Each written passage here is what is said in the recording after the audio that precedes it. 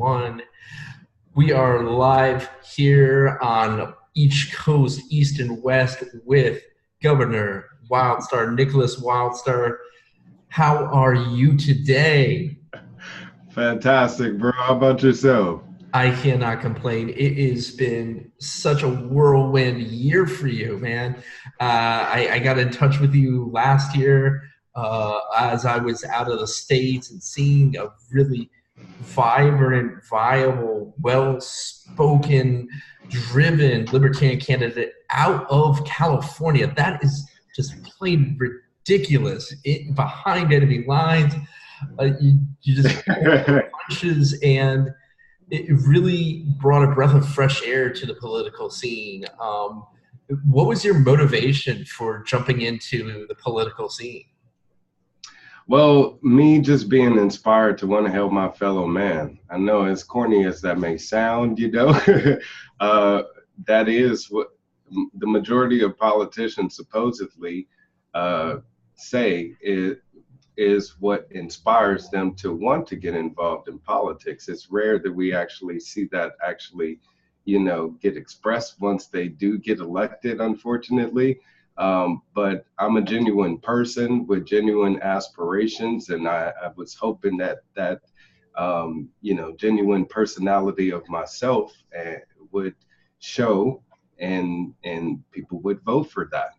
Finally want to vote for a good guy instead of one of the lesser of the two evils. So I started to get involved in political activism first in my community, want to help the homeless people in my community. My wife and I, we would go out and help feed, those that are less fortunate, and do our best to go out and protest and get involved in rallies against abuses of authority by police officers, and abuses of media by the mainstream media, and our government. So just hearing these different problems and issues during the Occupy movement, just kind of inspired me to just want to get involved more so in my community. So that inspired me to then want to pretty much focus that energy on political change. And that's why I then turned my eyes towards running for office. Awesome. That's so cool. And like you said, like everybody says that's their motivation, and then they get into the mud. And it's so weird because, like, when I was down in Colombia, we had a big election last year. It was for the successor of the peace era. And we had an extreme left and we had an extreme right running in the final end. And I was an international observer for the elections in one of the, what people would say, one of the poorest barrios of Bogota. Like, my wife was like, I've never been down there. And I'm like, where else to be, And right. You see that corruption, you see that the manipulations and the gaming of the system. And there were two girls from that area. It was called Ciudad Bolivar, Fontibon, Bosa, Kennedy. These areas, these two young girls joined into the observation group. And when the candidate they wanted to win didn't win, they were just have this air let out of the sails. Yeah. And I told them, like, you did something today. You don't wait for the next election. Get involved. This is just your foot in the door of political change. And so much happens between election days that it's more important. Like, you helping the people in your community. Elections determine who sits on the seat of power, but who gives that power are the people day to day, and how the community it works. How did you start into this? What was your earlier life like, pre-politics? What was life like for Nickolas Wildstar? Well, I was actually focused more so on a career in music. I mean, I moved out to California from Milwaukee, Wisconsin at age 17, and Yeah, right after high school, I was like, forget it, I'm out of here. But it was more so because, during my early teenage years, I started to get involved in music and in the underground music scene in Milwaukee, and started to get a name for myself there locally, to where, people were like, hey, you need to take your talents big time. And I actually have a relative that lives out in California, lives out here, and he invited me to move out after high school. So I took him up on that offer, and here I am, been here ever since. But yeah, between that time and when I got involved in politics, I just was involved in music. And one of the few things that I learned being a musician is you kind of have to kind of think about what you want out of your art, you know? And a lot of people, they preemptively get involved in or whatever music because they just look at the glitz and glamour and fame and fortune, and that's what they want. So they'll say anything, do anything to get that. But then, of course, consciously, it's always going to dawn on you what is the affect of your art. What's the result of that? Especially being a rap artist, because you're supposedly the voice of the streets, Exactly. a spokesman, so to speak. So taking up that mantle, as a musician, I was asked by a producer that I was working with at that time. He asked me, what do I want from my musical career? And it was a bit of existential, because it made me think about what is it that I really wanted for my music, and it wasn't to be a rich superstar. It was more so just to be heard, and then that took it an even deeper level, because then from why I wanted to be heard, it depended on what I was saying, and Totally. of course, if I wanted to reach the audience that I wanted to, branch out to, and of course, it would have to be a matter of me expanding that message to be broad enough to capture those minds, those hearts, everywhere, pretty much. So yeah, that's when I guess my music started to take a more of a political shape, political themed, I guess expression to it. And I guess that's when I started to embrace the more raptivist type of a term, because I felt like it was my duty then to start using the microphone to start bringing attention to the bigger things that were going on in our world, that we pay less attention to, that we rely on our politicians to fix, but we don't, and then we put the reliance on our, celebrities to fix, but they don't, because we're expecting all of these people to be leaders of their Exactly. community. And, that's a lot to demand for any person, no matter who they are. You can be a carpenter, or a plumber, or, a Totally. teacher for Yeah. that matter. If you're demanded to step up to the plate and be that pillar of the community, to be an example for others to then, to then duplicate and follow in the footsteps of, then that's quite a weight to bear on your shoulders. So, luckily, I'm a natural born leader, so I really took it all in stride, and still do, and I kind of feel like that's my place in life. And once I kind of focused on that, that's why I chose to run for governor of all things, instead of running for, councilman or city council, or, assembly or senate or something like that. Is because there's only one governor, there's only one president, Hmm. and that person, their job mainly is just to be the spokesman of the majority, the majority of people that live within that area, no matter what their demographic may be. So um, we put these people, these one, selected individuals to put into that position to supposedly, um, you know, take all of our issues, all of our problems, and fix them somehow. And rarely do we often see a person that actually does that.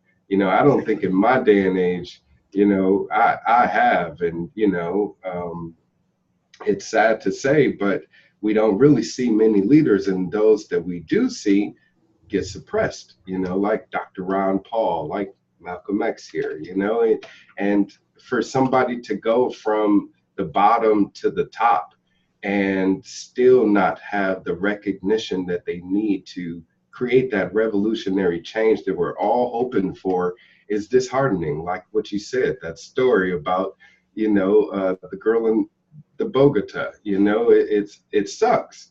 And that's how we feel as a community when we, the people come together and we say, we want change, we desire this change, and we put a person in a position to make that change happen, and they don't.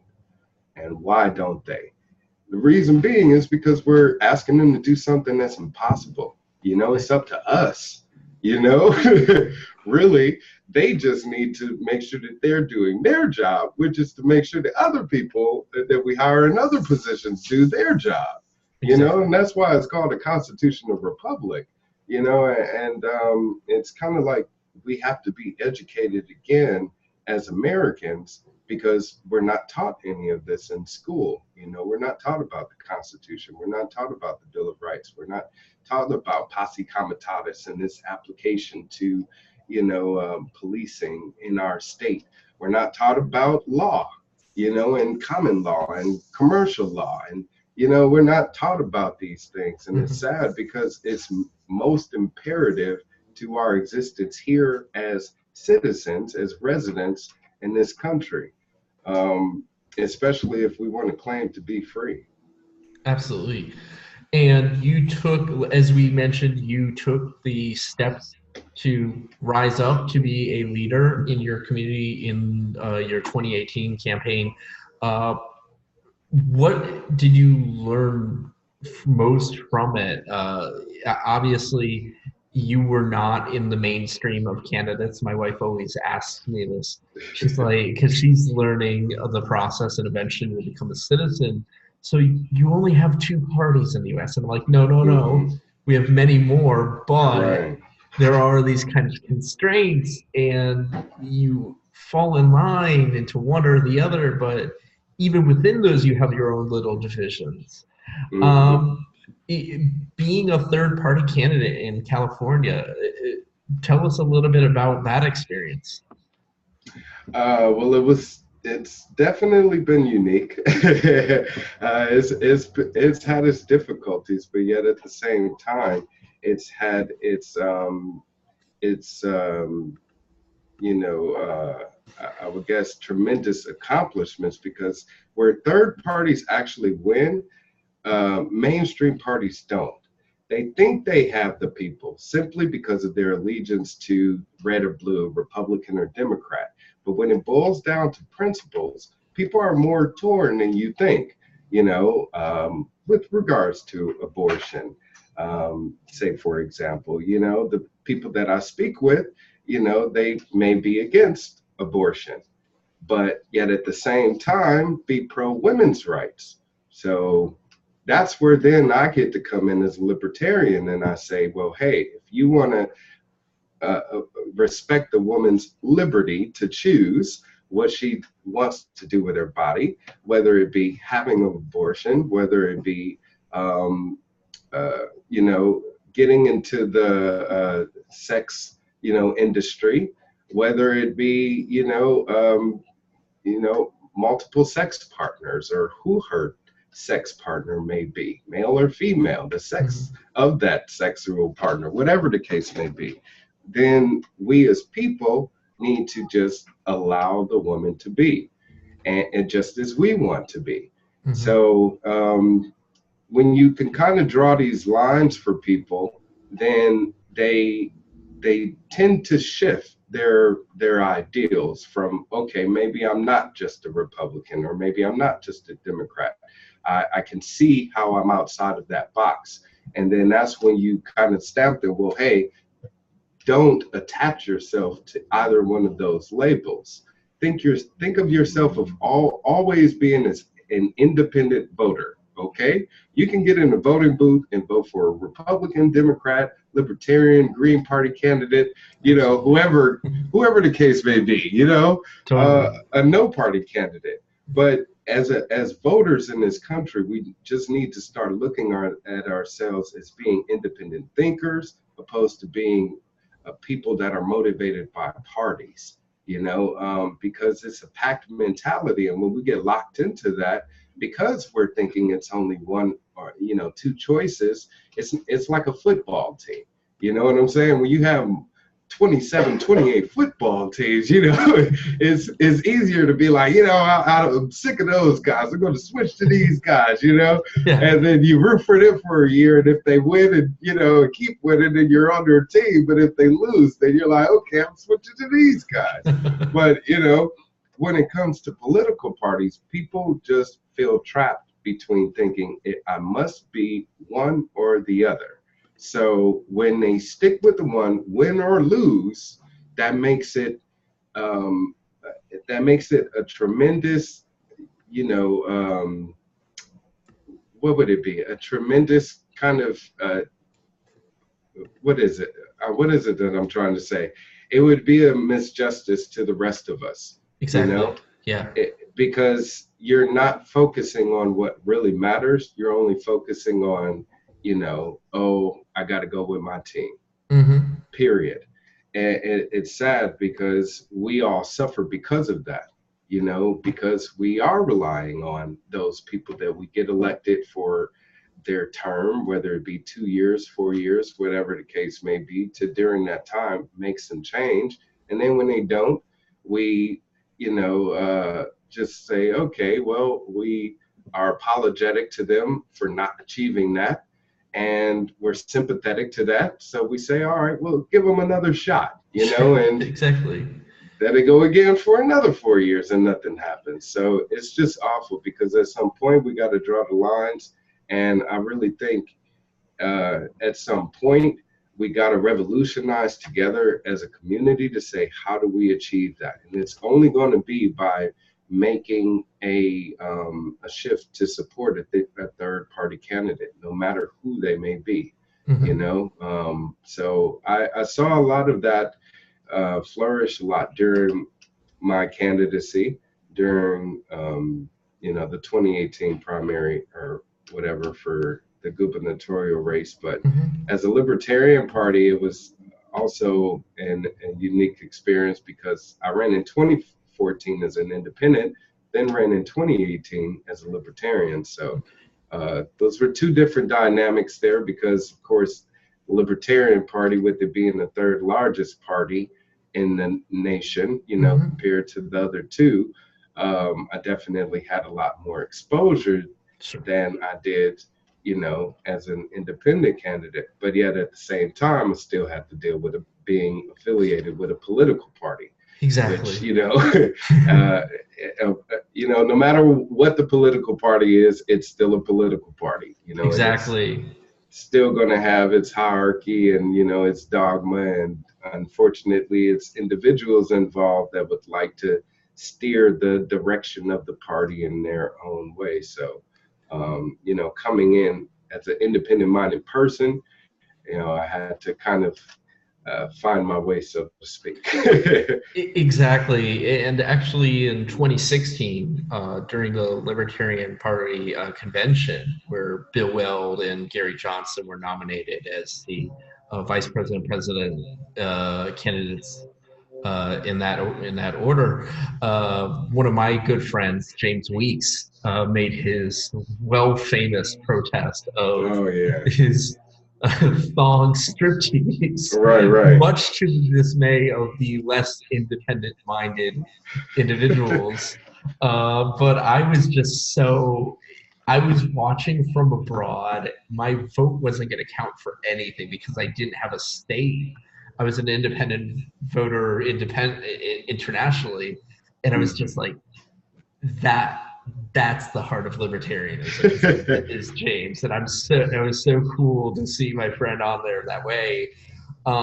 To kind of turn to a little bit more somber note, those who have been following you for any period of time know especially the story of Stephon Clark and the grave injustice that's taken place in terms of the actions that led up to that, the event that took Stephon's life, and the I want just, I'll call it what it is, miscarriage of justice regarding the investigation. This has been a very passionate cause for you, and for those who don't know about it, if you could explain and bring some light to this, especially for those in the state of California.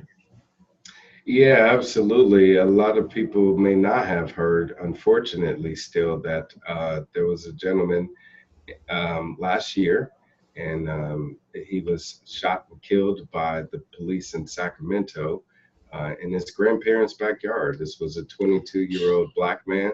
He was shot and killed 8 times. Pretty much, the police shot at him 20 times, but 8 of those bullets struck him after the autopsy was done. But they thought he had a gun. He actually had a cell phone. And it's unfortunate that this happened. You know, it's one of those, another cases of, black men getting shot and killed by police in the inner cities. And but what was significant about this case in general was, that they tried to paint this individual as being someone who he wasn't.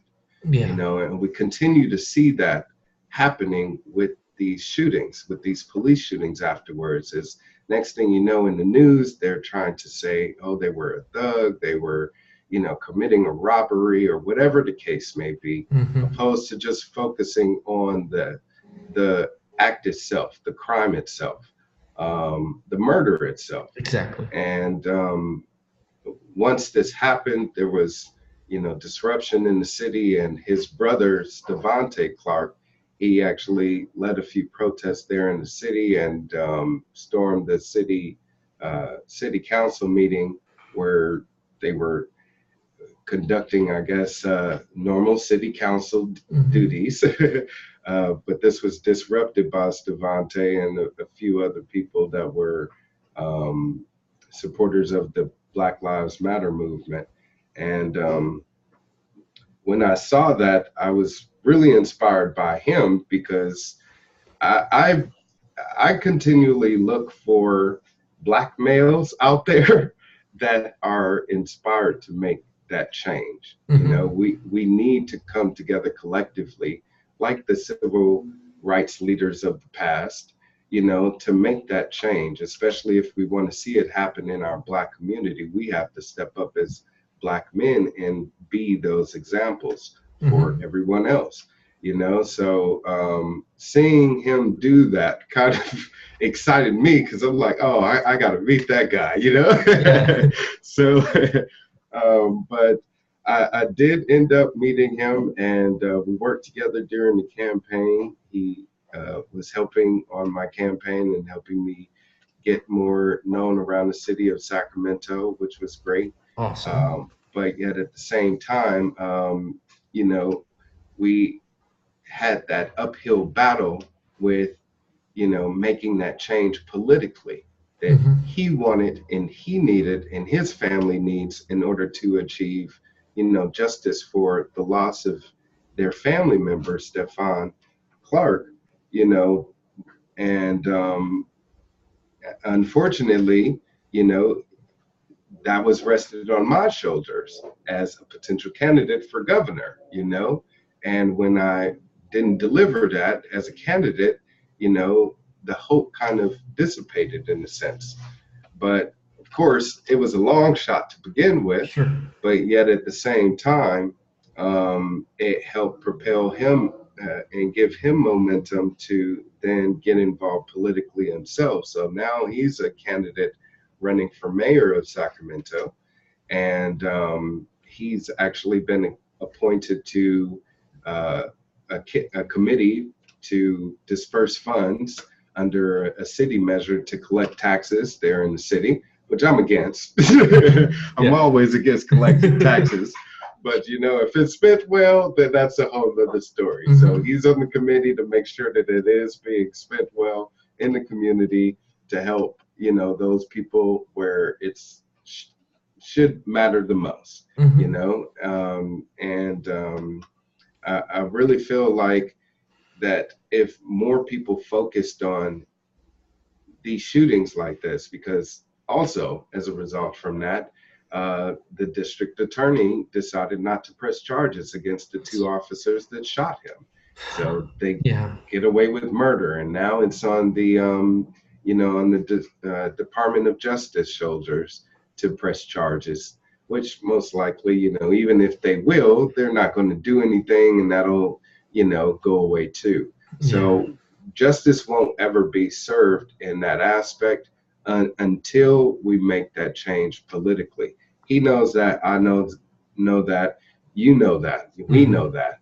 You know, it's just a matter of, again, shifting the people that are in office right now with those individuals that need to be there to make that change happen.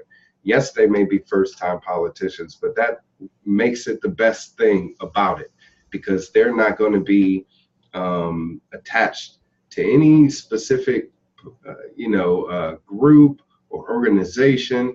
Their best interests are going to be your interests, especially if they're a no-party candidate or a third-party candidate, you know, because they have a lesser chance to actually get into office. So they're not going to be saying anything and everything just to get your vote. They're actually the salesman selling you the truth, opposed to the salesman selling you the lie. You know, we've gotten so used as a population to being sold a lie that we don't listen to being sold the truth anymore. Exactly. You know, so when that guy comes along, we're like, that's just a pipe dream. I don't believe that. I continually told people since 2014, okay, I started to tell people, and soon enough, you'll have automated cars to where we won't need a driver's license. So at a point, driver's licenses will be obsolete pretty much. Because why? You'll have a robot car driving you around everywhere. And look at what's happening. Our society is slowly but surely shifting to an automated, you know, car driving society. This will happen in the next 10 to 20 years. And when it happens, what's going to happen? Are we going to be prepared for it? You know, and changes happen. When changes happen, they happen suddenly. You know, we went from burning CDs to, you know, now downloading MP3s. You didn't even know it, but the last time you burned a CD was the last time you burned a CD, and you didn't even know it. You know, but when that change happened, it happened suddenly, it happened quickly, and you adapted to it. And that's what needs to happen to us politically. We need to start focusing on making those changes quickly and adapting to them when they happen, especially if they're for the better. Absolutely. And this is something that when I was in college, shout out to my old professor and mentor, Dr. Derek Yonai. He's a UC Irvine graduate, and George Mason got me really started into the world of libertarianism and Australian economics.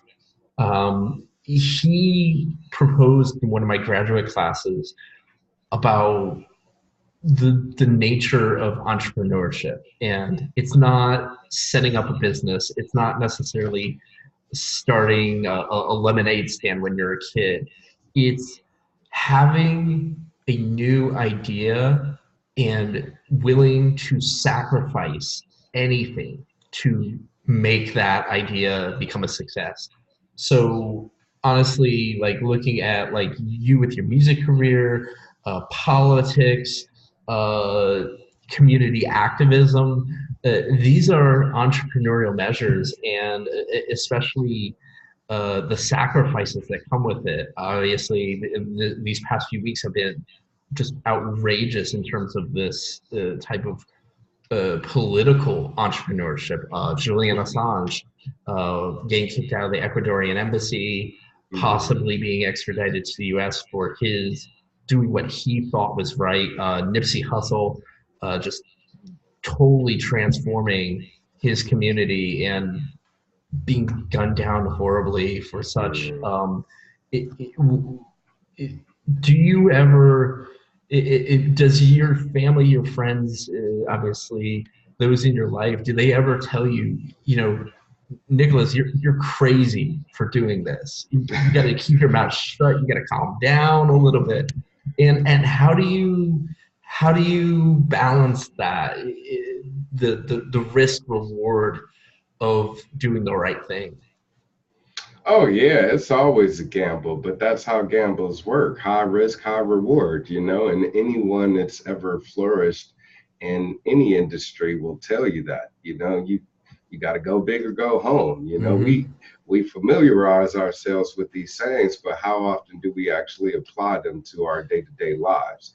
You know, and it's crazy because a lot of people want to be successful, but they don't want to do what it takes to be successful. And what that takes is a lot of focus.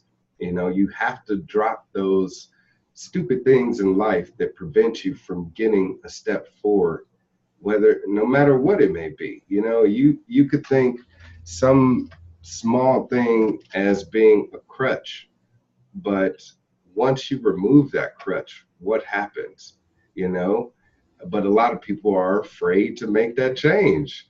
It's sad. And me personally, I've always been one of those people where I'm quick and sudden to make those changes just to see if I can be successful at whatever it is that I'm seeking. Just like moving from Milwaukee to California, you know, without knowing anybody. Yeah. You know, I was born and raised there, and then I come all of a sudden to California, a place I've never been before, you know, and I've had much more successes than I've ever dreamed that I ever could have had. But it took me first having to leave a place that I was extremely familiar with to go somewhere completely foreign. You know, it took me having to step outside of what I knew was normal and what I was comfortable, you know, being around and being in that environment and doing something different, challenging myself. So, my family and friends always, you know, if they know me, they know me well and they know this of me. So, you know, of course they're going to say I'm crazy for doing all of this, but, you know, but at the same time, they know me. So they're supportive of, you know, everything that I seek to do. And that's the best part is, you know, having a group behind you that is supportive, you know, that maybe they may not be financially, you know, maybe they may be emotionally, you know, maybe they may be physically, you know, where they're like pushing you out there, like going out there with you to hit the streets, pound the pavement, you know, pass out flyers, you know, you'll have everybody in your corner in some sort of a way. So you can't really nitpick, you know, to kind of find somebody to be perfect. That's where I myself have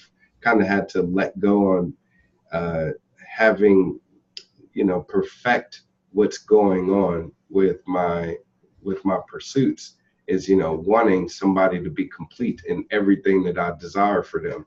And I've just let that go, you know, and the more I let that go, the more I started to see completion of what I wanted from a multitude of people, you know. So even with right now, you know, I have videos on YouTube. You know, one of the videos I have right now that's a viral video is me going into court and challenging the judge's jurisdiction, you know. And I never thought it would, you know, reach 1 million+ views or whatever the case may be. But hey, because I did it and I actually showed people, hey, this is something that you need to know yourself, information that you need to know, and something that I myself am risking doing by making a video in court, you know, where they always put a sign, do not record in court. And I'm standing there in front of the judge with my cell phone, you know, recording him face to face.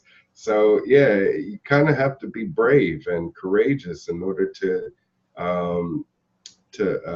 make those successes in your own life, but in others' lives as well. And I think any leader knows that, you know, any person that wants to be a leader in their own life knows that, you know. You don't have to lead millions of people. You can lead one person, and that's good enough, you know. I feel like what I did with Devontae and helping shape and mold him in the small little time that we worked together, you know, is going to help others, millions of others, you know. So in helping one, I've helped an infinity of people, you know, an infinity of people all over the world, you know. And I think that's really how we got to start looking at helping each other in the community, you know. It takes a village to raise a child, right? Totally. I was raised mostly in the American South, and I'm not used to really big cities. So coming back into the greater Boston area, it's kind of nice because not so many people. Bogota has 10 million. But people in the Massachusetts area are never really seen as super friendly.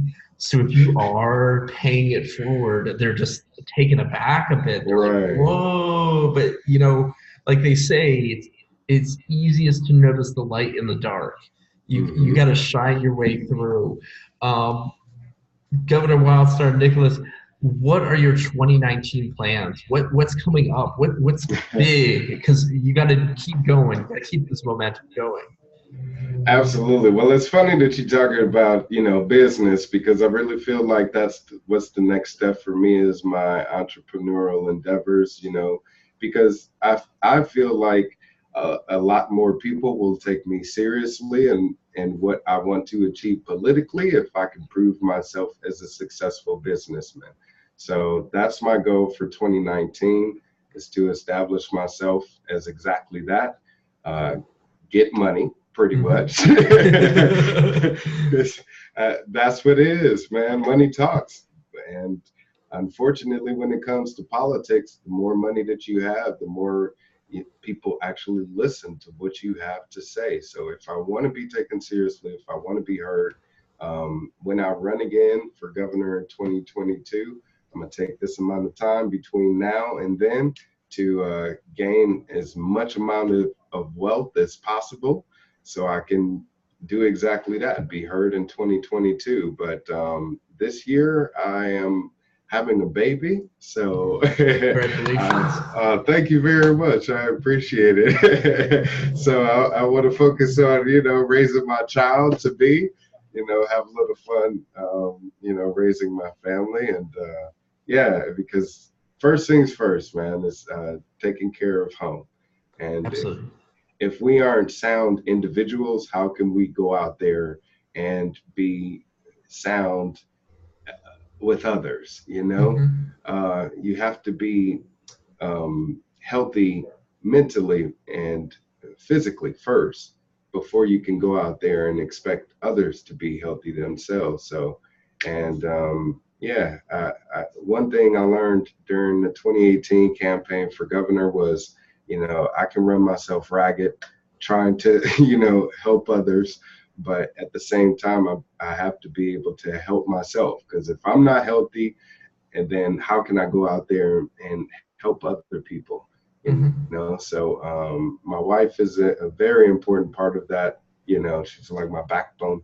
So I got to make sure that she stays strong to keep me strong. You know, and now that we're having a baby, we definitely want to make sure that our baby is strong. So once our family, you know, is strong, then we'll be able to provide that strength to the rest of the world. And hopefully again in 2022, like I said. So definitely Awesome. keep your eyes peeled. Absolutely. Nick, where can people find you? I know your Instagram is one word, Governor Wildstar. Yeah. Do you have any other social accounts you want to blast? Yeah, my Facebook is Governor Wildstar, at Governor Wildstar. Also, still have my 2018 campaign running page running, so that's at Wildstar 2018 on Facebook as well. It's more so just more like a libertarian activism page at this point, but yeah. And then of course I'm on Twitter, the real Qball, at the real Q, the letter Q, BALL, and on YouTube, of course, please subscribe to my YouTube channel. You could just, YouTube Governor Wildstar and subscribe to my channel. And of course, visit my website, governorwildstar.com. That's governorwildstar.com. I don't, hyphenate anything or, put it into any abbreviations. A lot of people ask me that. They're like, is it governor? I'm like, no,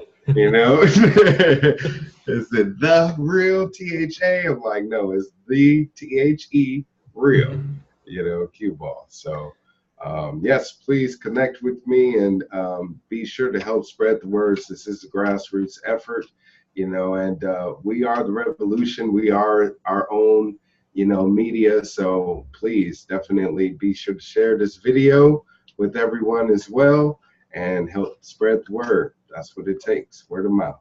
Awesome. Thank you so much for coming on Sales and Stanzas. Everybody stay tuned. We got a special musical performance by none other than Governor Wildstar himself. One of the first times we'll ever do this on the show, and you are always welcome on the show again. Thank you so much. I appreciate it, man. Hey, God bless you and your family, man. I appreciate you taking your Easter Sunday to chat with me and, with your wife traveling as well.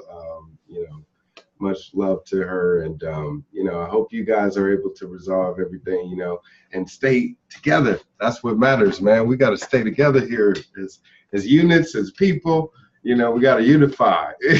So definitely keep that tight, bro. Awesome. Thank you so much.